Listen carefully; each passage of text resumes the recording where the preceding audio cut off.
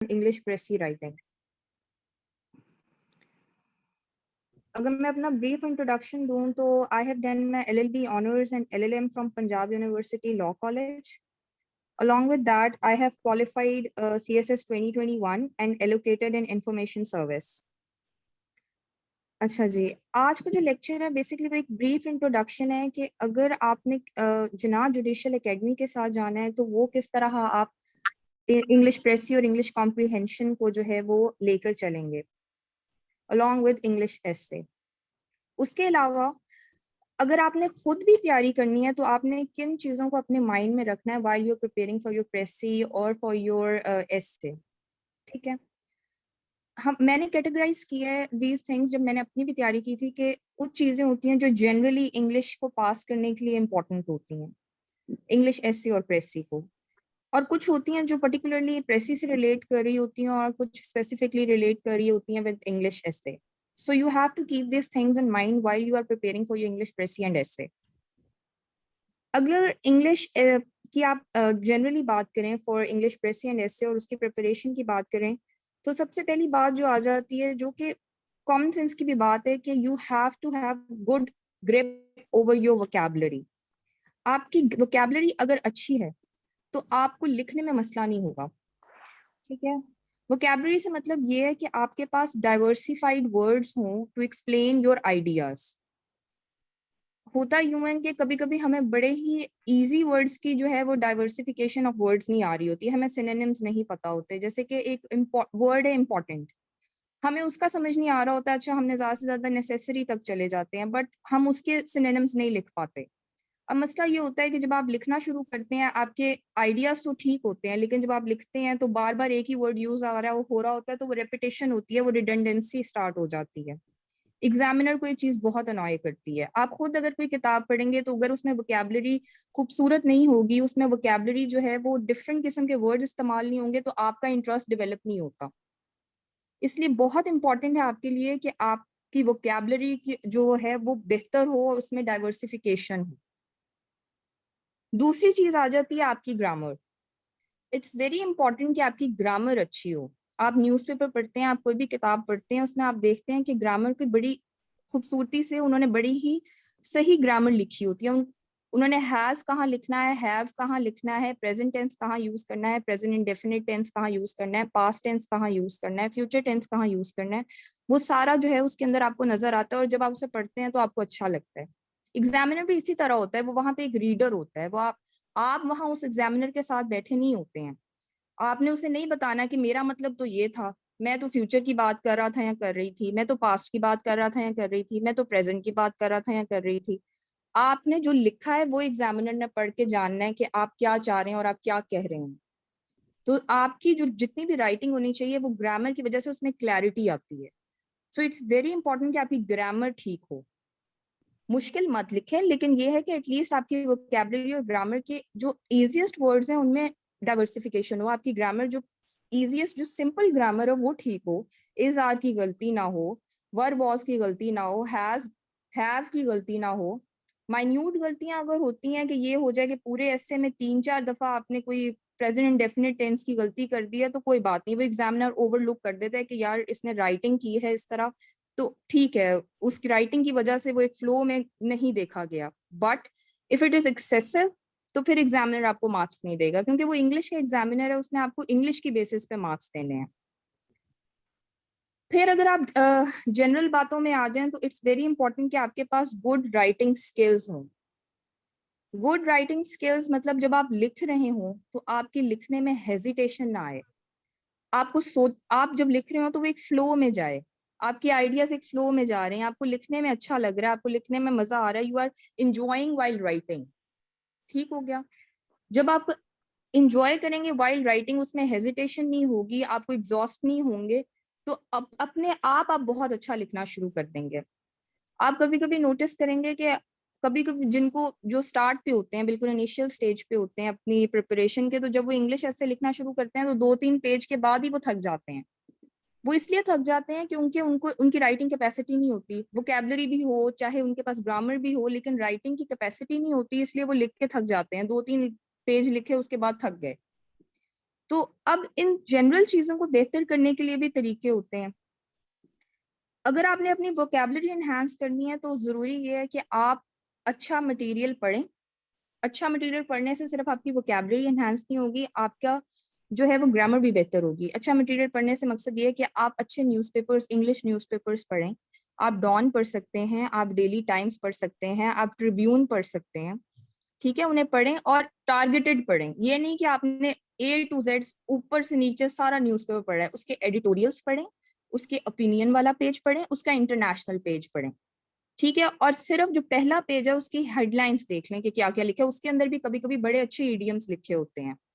ठीक है, कभी कभी बहुत अच्छे वर्ड्स लिखे होते हैं जिनकी अगर आप सिनोनिम्स निकालना शुरू करें तो आपको काफी ज्यादा आपका वर्ड बैंक बढ़ता है। दूसरा, आपकी वोकेबलरी इनहेंस करने के लिए वर्ड स्मार्ट के नाम से किताब है, वर्ड स्मार्ट, जो कि आपको दुकानों पे इजीली अवेलेबल मिल जाती है, उर्दू बाजार में मिल जाएगी वर्ड स्मार्ट।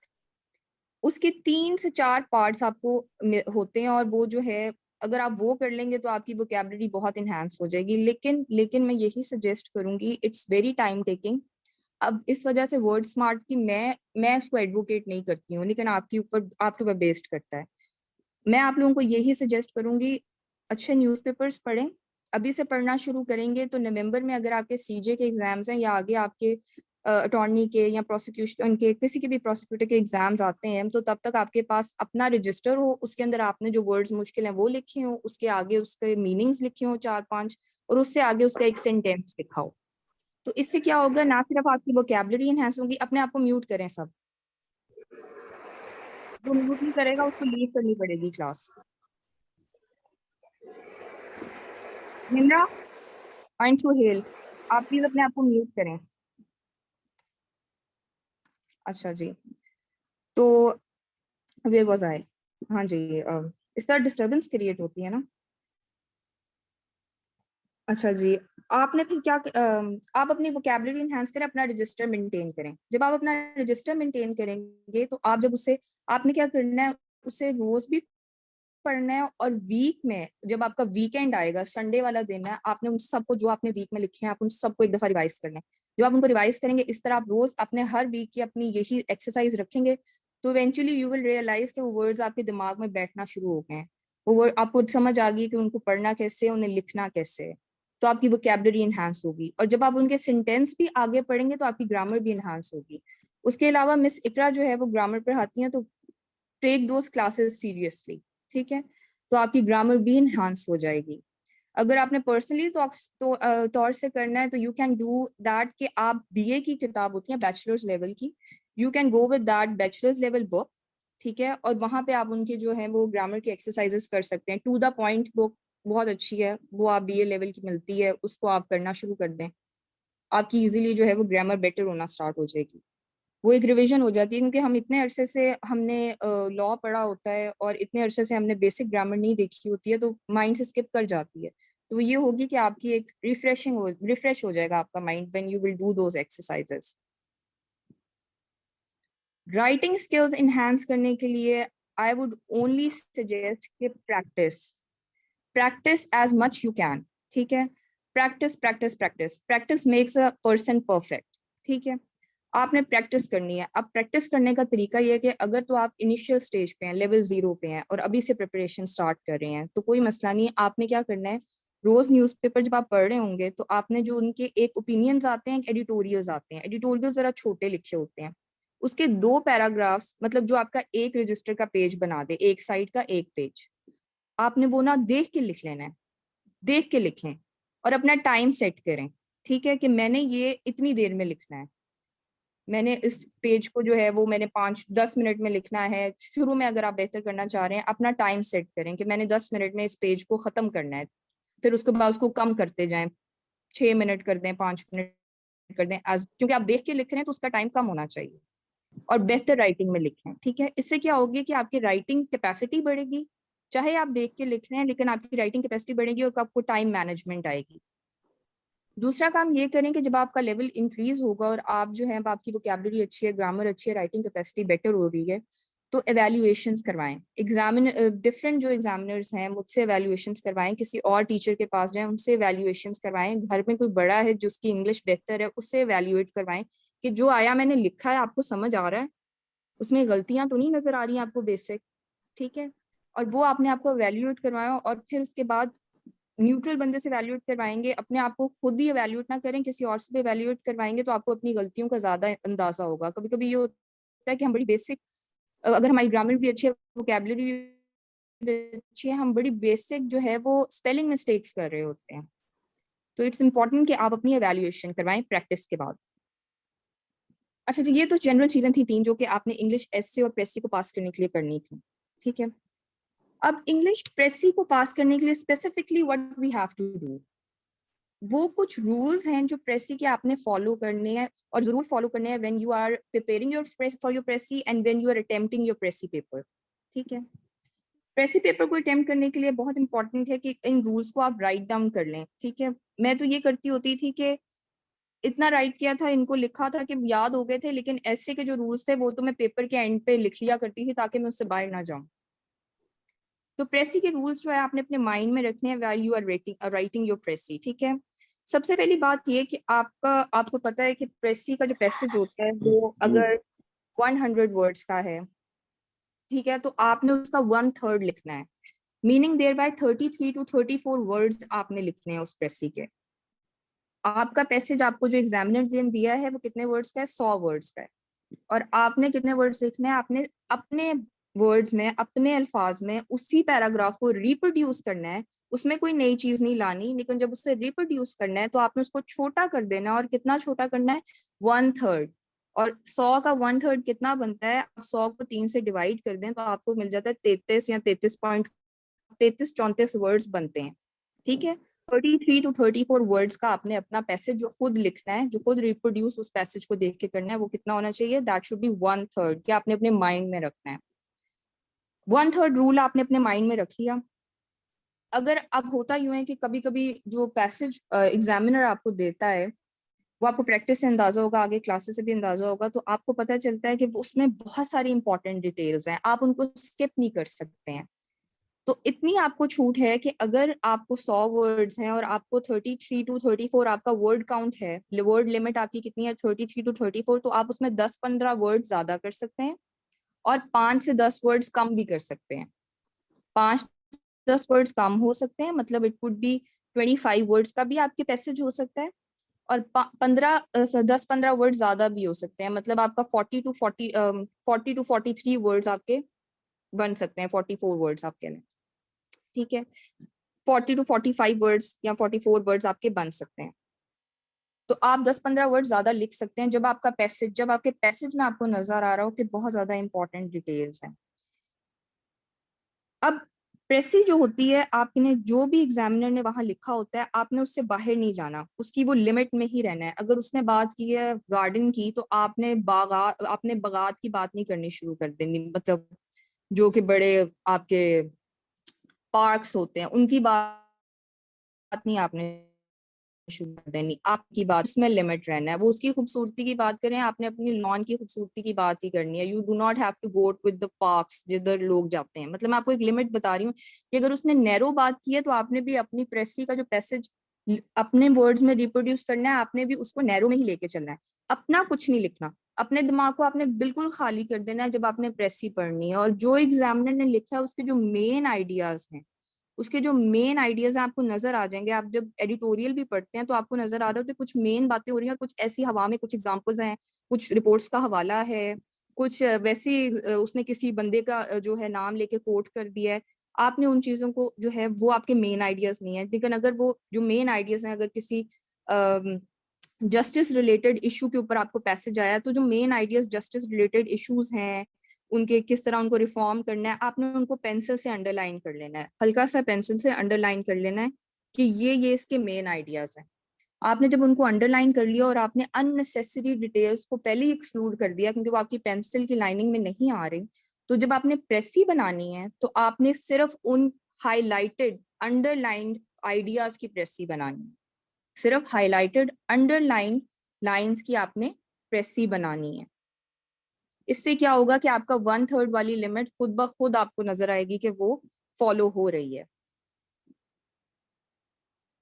अननेसेसरी डिटेल्स को, एग्जांपल्स को, कोई कोटेशन दी है उसको, कोई जो है किसी के साथ उसने किसी को कंपेयर जो है वो अननेसेसरीली किया है, किसी बात को रिपीटेडली एक पहले ऊपर लिख दिया फिर नीचे लिख दिया, ये सारी रेपिटेशन वगैरह ये सब आपने अननेसेसरी डिटेल्स निकाल देनी है। With the practice and with the passage of time ये चीजें आपको, ये एक स्किल सेट होता है बेसिकली प्रेसी ऐसे लिखना, तो ये स्किल सेट आपका इनहांस हो जाएगा, आप अक्वायर कर लेंगे। तो प्रैक्टिस करें लाजमी। उसके बाद मैंने प्रेसी का एक इशू देखा है कि ऊपर अगर एग्जामिनर ने ये नहीं ना लिखा होता कि आपने टाइटल लिखना है, तो स्टूडेंट्स टाइटल नहीं लिखते हैं। आप किसी किताब को कैसे पढ़ सकते हैं जिसका कोई टाइटल ही ना हो, आपको समझ ही नहीं आ रहा कि इसका क्या, ये किस बारे में है ये किताब, ठीक है। इसी तरह आप किसी चैप्टर को क्यों पढ़ेंगे जब उसके ऊपर टाइटल ही नहीं लिखा हुआ, आपको खुद जानना पड़ेगा कि इसका टाइटल क्या है। एग्जामिनर भी प्रेसी में चाह रहा है कि आप उसके जो भी पैसेज आप लिख रहे हैं उसको टाइटल दें, and it should be relevant to the main idea. एक मेन मेजर आइडिया होगा उसका, मतलब है जस्टिस के अगर इश्यूज पे बात हो रही है तो इश्यूज ऑफ जस्टिस सिस्टम का आपने एक टाइटल ऊपर दे देना है, ताकि एग्जामिनर को पता चल जाए अच्छा ठीक है इसको पता चल गया है कि इसका मेन जो मेजर आइडिया है वो क्या है, जो फर्स्ट इसका मेजर आइडिया है वो क्या है, और उसने उसका टाइटल बना के लिख दिया है। तो एग्जामिनर आपकी प्रेसी में टाइटल जरूर चाहता है, टाइटल के अलग मार्क्स होते हैं, ये रूल जब आप फॉलो करते हैं तो आपकी प्रेसी अच्छे, मतलब अगर 10 मार्क्स की प्रेसी है तो you will get 6 to 7 marks, best precis को 7 to 8 तक मार्क्स मिल जाते हैं, ठीक है। तो अगर आप टाइटल लिखेंगे, अपने वर्ड काउंट को फॉलो करेंगे, अलॉन्ग विद दैट आपकी ग्रामर और वोकैबुलरी, वो जो आपकी जनरल चीजें हैं उनको फॉलो करेंगे, और उसके बाद आपका जो है वो आपने अपने वर्ड्स में लिखा होगा, अननेसेसरी डिटेल्स को मेंशन नहीं किया होगा, तो एग्जामिनर जरूर आपको अच्छे नंबर देगा और आपकी प्रेसी पास होगी। उसके अलावा अगर आप, अब ये तो प्रेसी के रूल्स थे, ठीक है, ये प्रेसी के बेसिक रूल्स थे जो कि आपने फॉलो करने हैं। बाकी आप प्रैक्टिस करेंगे, अपने आप को एवेल्युएट कराएंगे तो आपको अंदाजा हो जाएगा कि आपकी क्या गलतियां और आपकी गलतियां आपकी नहीं हैं, ठीक है। अगर आप एसे की तरफ आ जाएं तो एसे में भी इसी तरह की कुछ स्पेसिफिक जो है डिटेल्स और स्पेसिफिक पॉइंट्स को आपने कीप इन माइंड रखना होता है। ऐसे जो सीजे के एग्जाम्स का होता है या प्रोसिक्यूशन के एग्जाम्स का होता है, या अगर आप एडिशनल सेशन जज के एग्जाम्स होते हैं, इन सब के ऐसे के जो मार्क्स होते हैं दे आर बिलो 50, ठीक है। मतलब आपके आई थिंक 30 बिलो होते हैं। अब जब 30 बिलो का ऐसे आपने लिखना है तो आपको पता है कि आप साढ़े, क्योंकि बहुत सारी चीजें और भी लिखनी होती हैं उस पेपर के अंदर, तो आपने माइंड में एक बात रखनी है कि मैंने 450 से 500 वर्ड से ज्यादा नहीं लिखना, 450 से 500 वर्ड से ज्यादा नहीं लिखना। मेरी अपनी राइटिंग जो है वो स्टैंडर्ड साइज की है, मतलब ना ज्यादा बड़ी है ना ज्यादा छोटी है। तो मेरे अगर मैं कहूँ कि 450 500 वर्ड्स कितने बनते हैं, तो वो 6.5 पेज बनते हैं, आगे पीछे, मैं आगे पीछे की बात कर रही हूँ, ठीक है। अगर आप सिर्फ एक एक पेपर लेके चलेंगे तो वो 3.5 पेजेस बनेंगे, ठीक हो गया। अब ये है फुल फ्लेज एसे की मैं बात कर रही हूँ। इसके अलावा आपने आउटलाइन भी लिखनी होती है, तो कितने टोटल पेजेस बन गए आपके, 7.5 पेज बन गए, 7.5 पेज बन गए, या टोटल पूरे 7 पेज बन गए। एक आउटलाइन का पेज आपने लिखा जिसमें आपको फटाफट आप आउटलाइन में लिख देते हैं कि मैंने ये करना है, ये करना है, ये करना है, मैं ये बात करूँ। कंटेंट्स, जैसे आप किताब के कंटेंट्स पढ़ते हैं ना, तो उसमें लिखा होता है अच्छा ये इसके अंदर है, इंट्रोडक्शन है, फिर उसके बाद हमने बताना है कि किस तरह आपने ऐसे को लिखना है, फिर ऐसे के ये टॉपिक्स हम डिस्कस करेंगे, तो वो कंटेंट्स। इसी तरह आप अपने ऐसे का भी एक आउटलाइन देते हैं, जो कि बेसिकली कंटेंट्स होते हैं कि आप ऐसे में क्या बताने वाले हैं, ताकि एग्जामिनर उसे देखे तो उसे अंदाजा हो अच्छा ठीक है इसको पता है कि ये टॉपिक है और इसने उसके मुताबिक जो है अपनी आउटलाइन बनाई है, और ऐसे में भी ये इसके मुताबिक ही एक्सप्लेन करने वाला है, हवाई बातें नहीं करनी इसमें। तो आपने एक से 1.5 पेज से ज्यादा लंबी आउटलाइन नहीं लिखनी, ठीक है, क्योंकि आपका ऐसे पहले ही बहुत छोटा है। तो आपने उसमें 1 पेज, मैं तो कहूंगी 1 पेज से ज्यादा नहीं लिखें, लेकिन 1 पेज से भी ज्यादा लंबी जा रही है तो 1.5 पेज से ज्यादा लंबी आउटलाइन मत लिखें, ठीक हो गया। तो कितने टोटल पेजेस बन गए, दैट इज 7 to 7.5 आपके पेजेस बन गए।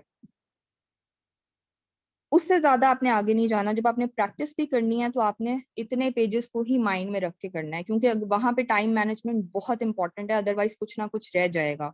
और इंग्लिश का पेपर पास करने के लिए सारी चीजें ऑलमोस्ट अटेम्प्ट करना जरूरी है, ठीक हो गया। अब ऐसे के लिए जो सबसे इम्पोर्टेंट 3 इम्पोर्टेंट एसेंशियल्स हैं उनको आपने अपने टिप्स पे रखना है। सबसे इम्पोर्टेंट एसेंशियल ऐसे का है ग्रामर, जो कि हमने पहले भी डिस्कस किया है, लेकिन ये ऐसे के लिए, प्रेसी के लिए भी बहुत इंपॉर्टेंट और ऐसे के लिए भी बहुत इंपॉर्टेंट है। ऐसे में आपकी बेसिक ग्रामर बिल्कुल ठीक होनी चाहिए, ठीक है, स्पेशली आपके इंट्रोडक्शन में, आपकी आउटलाइन में, आपकी कंक्लूजन में। इन तीनों चीजों में तो कोई भी आपकी जो है वो गलती नहीं होनी चाहिए ऑफ ग्रामर, ग्रामेटिकल मिस्टेक नहीं इसमें होना चाहिए, क्योंकि वो एक ब्लंडर होगा। क्योंकि एग्जामिनर कहेगा इसने शुरू में ही गलतियां कर दी हैं, तो पता नहीं अंदर बॉडी में जब इसने गया होगा या गई होगी तो पता नहीं कितनी गलतियां करनी है। तो एक बुरा इम्पैक्ट पड़ता है। आपके आइडियाज अच्छे भी होंगे, आप सब कुछ होगा उस ऐसे में, लेकिन आपकी ग्रामर नहीं अच्छी होगी तो एग्जामिनर आपको फिर भी मार्क्स नहीं देगा, ठीक है। तो इट्स वेरी इंपॉर्टेंट कि आप अपनी ग्रामर जो है स्पेशली आउटलाइन में उसको फिर पढ़ें। आप अगर आपके पास टाइम नहीं ना रहता एंड में पढ़ने को, तो अपनी आउटलाइन, इंट्रोडक्शन और कंक्लूजन लाजमी पढ़ लें। बाकी आपको नहीं भी पढ़ा जाता, ओके फाइन, लेकिन इन तीनों चीजों को आपने लाजमी पढ़ना है कि इसमें कोई गलती तो नहीं कर दी मैंने। उसके अलावा दूसरी चीज आ जाती है relevance. Relevance is very important. Relevance का मकसद ये है कि आपको कोई टॉपिक आता है, जैसे कि सीजे एग्जाम्स के 2022 में एक टॉपिक आया था, advantages and disadvantages of online education. मुझे एक स्टूडेंट ने अवेल्यूएट करवाया अपना एसे, और इसी टॉपिक पे करवाया, तो I was astonished and surprise to know कि उसने ऑनलाइन एजुकेशन पे तो बहुत लंबी चीजें लिख दी कि online education is this, online education is that, लेकिन एडवांटेजेस डिसएडवांटेजेस तक जब वो आया, I will not mention the gender, तो क्या हुआ कि उसने एडवांटेज डिसएडवांटेजेस को सिर्फ एक लास्ट पेज दिया, एक पैराग्राफ एडवांटेजेस को दे दिया, एक को डिसएडवांटेजेस दे दिया and concluded, that's it. This is not the right approach. Relevance होनी चाहिए, ठीक है। आपके टॉपिक में जो पूछा गया है वो 80% होना चाहिए, और जो कि छुपा हुआ है, जो कि आपने मेंशन करना है, जैसे क्योंकि आप एडवांटेजेस और डिसएडवांटेजेस ऑफ ऑनलाइन एजुकेशन को डिस्कस करेंगे अपने ऐसे में, तो आपको ये भी तो बताना पड़ेगा ना कि ऑनलाइन एजुकेशन है क्या, और ये कब इसका ट्रेंड बढ़ा। पेंडेमिक में बढ़ा ना, कोविड-19 में बढ़ा हमारे पाकिस्तान में स्पेशली, ठीक है। बाकी दुनिया में भी, इंटरनेशनली भी ज्यादा ये कोविड की वजह से ही ऑनलाइन एजुकेशन जो है उसका सिस्टम डेवलप हुआ है। तो उसको आपने 20% टाइम, 20% अपना देना है, थोड़ा सा इंट्रो में बताना है, थोड़ा सा एक पैराग्राफ आप ऑनलाइन एजुकेशन पे दे दें, उसको कोई स्टैटिस्टिक्स आपको पता है तो वो दे दें। उसके बाद आपने एडवांटेजेस और डिसएडवांटेजेस पे आ जाना है, और उसके बाद आपने, अगर आपने कोई रिकमेंडेशंस देनी है तो वो देनी है, और कंक्लूड कर देना है अपना इससे, ठीक हो गया। अगर आप ये करेंगे कि आपने सारा टॉपिक ही ऑनलाइन एजुकेशन पे कर दिया और एंड में एडवांटेजेस डिसएडवांटेजेस को एक पेज दे दिया, तो एग्जामिनर आपको मार्क्स नहीं देगा, क्योंकि वो आपसे पूछ जो चीज रहा है उसको आपने वो प्रॉपर टाइम या वो प्रॉपर जो आपका वो एग्जामिनर आपसे मांग रहा था वो प्रॉपर राइटिंग आपने उसे नहीं दी, राइटिंग स्पेस आपने नहीं दी। तो इट्स वेरी इंपॉर्टेंट कि जो भी आप लिखें आपके टॉपिक से उसकी रेलेवेंस डेवलप हो रही है। लास्टली चीज आ जाती है कोहेरेंस। कोहेरेंस का मतलब ये है कि आपके तमाम ऐसे में कनेक्टिविटी हो, ठीक है। देखें, अगर आप कोई एडिटोरियल पढ़ रहे हैं या आप कोई ओपिनियन पढ़ रहे हैं, कोई किताब पढ़ रहे हैं, तो आपको नजर आ रहा होता है कि एक बात से दूसरी बात कनेक्ट हो रही होती है, फिर तीसरी बात उन दो बातों से किसी हद तक कनेक्ट हो रही होती है, और इस तरह कनेक्शन डेवलप हुआ होता है। इसी तरह आपके ऐसे में भी एक कनेक्शन होना चाहिए। मतलब जब आप एडवांटेजेस ऑफ ऑनलाइन एजुकेशन लिख रहे हैं, तो जब आप उसको खत्म करेंगे तो आप डिसएडवांटेजेस पे आ रहे हैं, तो आप ये बात करेंगे एग्जामिनर को कि they are myriads of advantages of online education, but still they are certain disadvantages of online education, और उसके बाद आप डिसएडवांटेजेस की तरफ जाएंगे। मतलब आपने उसे बता दिया कि आपके एडवांटेजेस बहुत ज्यादा है ऑनलाइन एजुकेशन के, लेकिन कुछ डिसएडवांटेजेस भी हैं। तो आपने अपने डिसएडवांटेजेस और एडवांटेजेस के बीच में कनेक्टिविटी वाला सेंटेंस क्रिएट कर दिया है, कनेक्टिविटी वाला सेंटेंस क्रिएट किया, और आगे आपने डिसएडवांटेजेस लिखना शुरू कर दिए हैं कि इसका ये डिसएडवांटेज है, क्यों है, एग्जांपल दे दी। तो this in this way you develop coherence. Coherence और कनेक्टिविटी को डेवलप करने के लिए एक और चीज आती है, अगर आप गूगल करेंगे तो आपको कनेक्टर्स मिलेंगे। कनेक्टर्स इन इंग्लिश आप लिखेंगे तो आपको एक लिस्ट आ जाएगी ऑफ कनेक्टर्स, जिसमें अगर आप एग्जांपल ले लें तो आपको मिल जाएगी moreover, furthermore, in addition to, as above mentioned, additionally. इस तरह के कनेक्ट इस तरह के कनेक्टर्स जब आपके पास होंगे तो आप एक पैराग्राफ से दूसरे पैराग्राफ को कनेक्ट कर लेंगे, एक पैराग्राफ से दूसरे पैराग्राफ को कनेक्ट कर लेंगे कि ये डिसएडवांटेज तो है, इन एडिशन टू ये डिसएडवांटेज भी है। कनेक्टिविटी क्रिएट होगी आपके एक पैराग्राफ से दूसरे पैराग्राफ में। तो ये तीन चीजें आपके ऐसे में लाजमी होनी चाहिए, grammar, then relevance, and lastly coherence.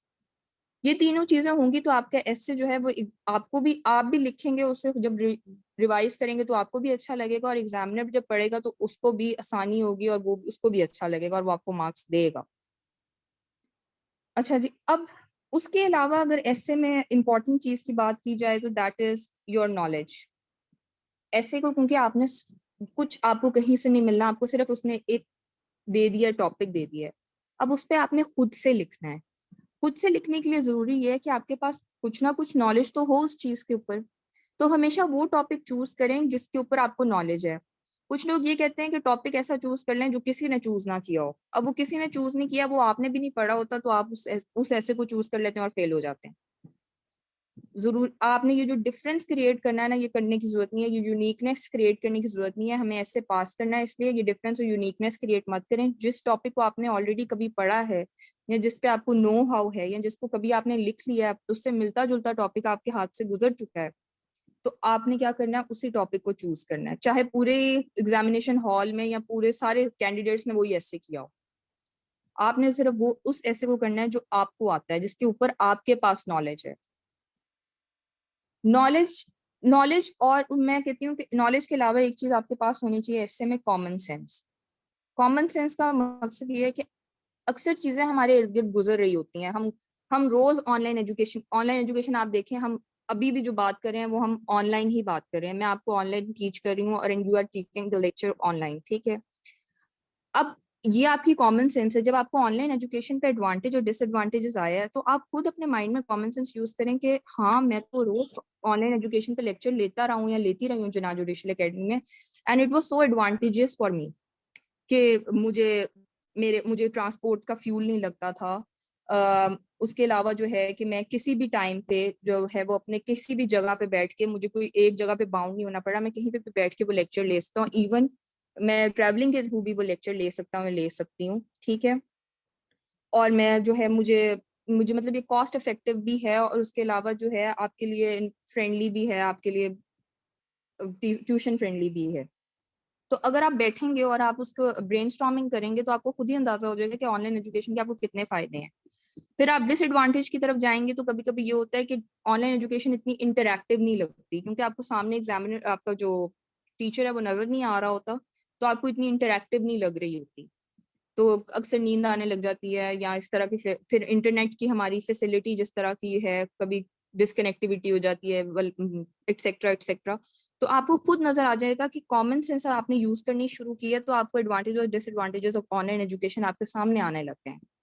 तो नॉलेज के साथ जरूरी ये भी है कि आप अपने इर्द गिर्द भी देखें, अपनी कॉमन सेंस भी यूज करें, ठीक है। अब आपको ये क्वेश्चन आता है कि इतना नॉलेज है, न्यूज़पेपर पढ़ते हैं, इतना नॉलेज आता है, क्या करें कि सारा अब किस तरह हम हमारे माइंड में बैठेगा। तो मैं आप लोगों को एक बात कह दूं कि ऐसे ये नहीं होता कि आपने हर जो है एडिटोरियल का पेज है वो पढ़ना शुरू कर देना है और हर नॉलेज जो आपको इंपॉर्टेंट लगता है, आपको कोई भी रिपोर्ट इंपॉर्टेंट लगती है, आपने लिखनी शुरू कर दी है। ऐसे की थीम्स होते हैं, ऐसे के थीम्स होते हैं। अब वो 15 से 16 थीम्स बनते हैं, बहुत ज्यादा भी कर ले, एक्सटेंसिव कर ले। उन थीम्स को अगर आप उन थीम्स के ऊपर अगर आपने दो दो ऐसे भी किया हो, या दो या तीन या एक भी किया हो मैं कहूँ, तो आपका ऐसे पास हो जाता है। अगर आप वो 15-16 थीम्स कर लें, थीम्स को ये होता है, मैंने भी इसकी लिस्ट बनाई हुई थी थीम्स की और उसी के अंदर ऐसे आता था, ठीक है। और आप भी थीम्स की जो है वो एक लिस्ट बना लें और आपको भी उसी में ऐसे आएगा। अगर आपको मैं जो है वो रफली थीम्स बताऊं तो वुमेन पे ऐसे आ जाता है, ठीक है। वुमेन के ऊपर अगर आप ऐसे आएगा तो फेमिनिज्म पे आ जाएगा, जेंडर इक्वालिटी पे आ जाएगा, वुमेन का स्टेटस पे आ जाएगा। ये तमाम ऐसे जो है वुमेन रिलेटेड हैं। तो वुमेन रिलेटेड आपने एक जनरल ऐसे आपने एक या दो किया हो, तो अगर gender equality is a myth पे भी आ जाता है तो आपने स्टेटस ऑफ वुमेन भी पढ़ा होगा, तो आपको पता होगा कि वुमेन का स्टेटस पाकिस्तान में क्या है या ग्लोबली क्या है, आप वो लिख देंगे, आपके पास डेटा होगा। तो अगर आप न्यूज़पेपर भी पढ़ेंगे तो वुमेन पे अगर कोई चीज लिखी आती है तो आप उसकी रिपोर्ट जो है अपने रजिस्टर में डाल लेंगे, और आपको पता होगा कि अच्छा ये वुमेन का अगर ऐसे आएगा तो मैं ये रिपोर्ट लगा दूंगा या लगा दूंगी, तो मेरी जो है वो बात में ऑथेंटिसिटी आ जाएगी। फिर एजुकेशन पे ऐसे आता होता है। एजुकेशन पे अगर आप देख लें तो हायर एजुकेशन के मसलों पे आ जाता है। अब पेंडेमिक की वजह से ऑनलाइन एजुकेशन का ट्रेंड बहुत बढ़ गया था, तो ऑनलाइन एजुकेशन पे देखें ऐसे आ गया। ठीक है, तो एजुकेशन पे एक ऐसे लाजमी, मतलब ये वो ट्रेंड्स हैं जो कि रिपीट होते रहते हैं, ये वो थीम्स हैं जो रिपीट होती रहती हैं, तो एजुकेशन पे ऐसे आ जाता है। आप एजुकेशन पे अगर आपने एक जनरल ऐसे भी किया होगा तो आपको पता होगा कि ये मसले हैं एजुकेशन के, वो आपके ऑनलाइन एजुकेशन में भी आएंगे, हायर एजुकेशन में भी आएंगे, सेकेंडरी एजुकेशन में भी आएंगे, एजुकेशन का जनरल कोई ऐसे आता है उसमें भी आएंगे। तो एजुकेशन पे अगर आपको कोई न्यूज़पेपर में आर्टिकल आता है, उस पर कोई रिपोर्ट लिखी आती है, तो उसको आप अपने रजिस्टर में जो है वो लिख लें। उसके अलावा डेमोक्रेसी पे ऐसे आ जाता है, डेमोक्रेसी डेमोक्रेसी को किसी चीज से रिलेट कर देंगे, या future of democracy in Pakistan, इस तरह वो आपको जो है वो दे देंगे। आजकल डेमोक्रेसी का अगर आप पाकिस्तान में देखें तो आपको नजर आ रही हैं चीजें, तो डेमोक्रेसी कैसे है, गवर्नेंस कैसे जो है उस वो एक्सपेक्टेड है कि वो आ सकता है, तो आपको डेमोक्रेसी पे ऐसे आ जाता है। उसके बारे में अगर कोई आती है, आपके पास कोई बुक है या कोई आपको कहीं पे भी कोई रिपोर्ट नजर आती है, आप वो मेंशन कर लें। फिर इकोनॉमी पे ऐसे आ जाता है, आजकल बहुत हॉट टॉपिक है इकोनॉमी का। इकोनॉमी पे ऐसे आ जाता होता है कि इकोनॉमी का इन्फ्लेशन क्यों है, या इकोनॉमी के क्या मसाइल हैं, तो उस पे ऐसे आ जाता होता है। उसके अलावा जो है आपको जुडिशरी पे ऐसे आ जाता है कि क्या जुडिशियल रिफॉर्म्स होनी चाहिए, justice delayed is justice denied पे ऐसे आ जाता है। आज अगर आपने डॉन न्यूज़पेपर पढ़ा है तो उसमें एडिटोरियल आया हुआ है जस्टिस डिलेड पे, ठीक है, उसके अंदर बड़ी अच्छे उन्होंने फैक्ट्स दिए हुए हैं। तो वो चाहे छोटा है लेकिन एटलीस्ट उसके अंदर फैक्ट्स हैं जो कि आप मेंशन कर सकते हैं। तो इस तरह आप न्यूज़पेपर में निकाल सकते हैं। फिर ग्लोबलाइजेशन, फिर पोवर्टी, फिर क्राइसिस, क्राइसिस में आपके एनर्जी क्राइसिस जो कि आप आजकल काफी ज्यादा है, और वाटर क्राइसिस वो भी एक हॉट टॉपिक है, वाटर क्राइसिस का भी। फिर उसके बाद मीडिया पे ऐसे आ जाता है, इंफॉर्मेशन टेक्नोलॉजी पे ऐसे आ जाता है। ये वो 15-16 थीम्स हैं जो कि एग्जामिनर इससे बाहर नहीं जाता, वो इसी में आपसे जो है वो ऐसे पूछता है। और उसके अलावा जो इम्पोर्टेंट थीम होती है that is what is currently happening. Currently अगर जैसे करंटली अगर आप यूक्रेन रशिया का इशू आ रहा है तो आप उसको उसके बारे में आपको थोड़ी नो हाउ होनी चाहिए। वॉर पे कोई आपको आ सकता है इससे, ठीक है। फिर अगर कोविड 19 का इशू चल रहा था तो कोविड 19 पे हर कम्पिटेटिव एग्जाम में बहुत हर कम्पिटेटिव एग्जाम में कोविड 19 पे ऐसे आया, ठीक है। कोई इस तरह का कोई मसला जो कि आपको नजर आ रहा है कि बड़ा हॉट टॉपिक चल रहा है आजकल, तो उस पे ऐसे आ जाता होता है। उसके अलावा लिटरेचर से एक ऐसे आ जाता होता है, अक्सर आ जाता होता है, ठीक है, लिटरेचर से, या वो एक लिटरेरी सा टॉपिक होता है जिसमें आपने अपने आइडियाज लिखने होते हैं। यहाँ पे भी आप देखें तो आर लीडर्स बॉर्न और मेड, तो ये कैसा है जिसपे आपने अपने से एग्जांपल्स देने हैं कि क्या वो बॉर्न है, अपना आपने जस्टिफिकेशन देनी है, या वो मेड होते हैं। इसी तरह anticipation is greater than realisation जैसा टॉपिक आ जाता है, नॉलेज इज पावर जैसा ऐसे आ जाता है। फिर प्लेजर्स ऑफ रीडिंग तो एग्जामिनर का फेवरेट टॉपिक है, उस पर ऐसे आ जाता है। तो ये इस तरह के जो टॉपिक्स हैं, ये थीम्स हैं, अगर आप इसके अंदर चलते हैं तो आपका ऐसे प्रिपेयर भी हो जाता है। और फिर आप ऐसे को, आपका कोई भी आपको टॉपिक आ जाए, ऑनलाइन एजुकेशन पे आ जाए, मुस्लिम उम्मा पे आ जाए, पेंडेमिक इम्पैक्ट ऑन पाकिस्तान, ये भी अगर ये करंट टॉपिक था उस पे ऐसे आ जाए तो आपका हो जाता है पास। तो ये चीजें आपने माइंड में रखनी है, ये 15 से 16 थीम्स को, और आपका ऐसे जो है वो प्रिपेयर भी हो जाता है और पास भी हो जाता है। अच्छा जी, ये मेरी तरफ से जो है वो एक ब्रीफ सा आप लोगों को एक समरी थी कि, हाँ जी, ब्रीफ से एक समरी थी that how you would prepare for your English essay and how would you prepare for your English precis, और आपने किस तरह लेके चलना है। अगर आप खुद भी प्रिपेयर कर रहे हैं, जुनार जुडिशल एकेडमी के साथ भी चल रहे हैं, तो आपने किस तरह इस चीज़ों को लेके चलना है। सो इट्स वेरी इंपॉर्टेंट कि आप इन सारी चीज़ों को कीप इन माइंड रखें। I hope it help all of you. अच्छा जी, the meeting is about to end. Does anyone has any kind of question?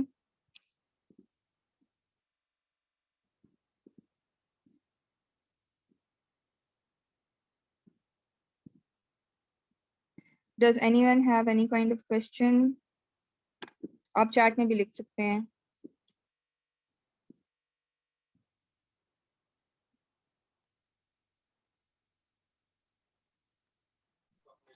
Ma'am ऐसे राइटिंग में हम लोग कोटेशंस वगैरह ऐड कर सकते हैं?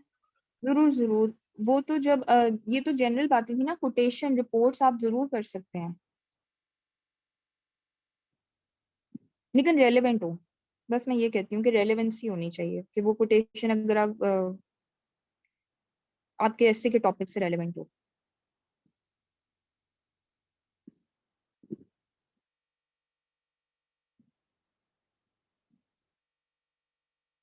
You're welcome.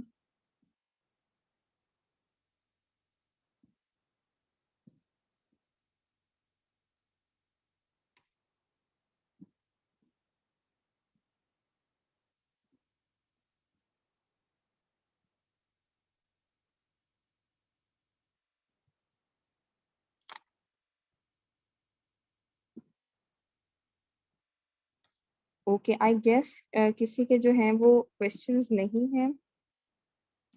ठीक हो गया। आप लोग इसी तरह मेहनत करते रहें तो इंशाल्लाह यू विल सक्सीड।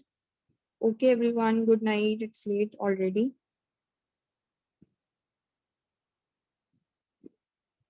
अल्लाह हाफिज एवरीवन, अल्लाह हाफिज। Allah Hafiz, ma'am.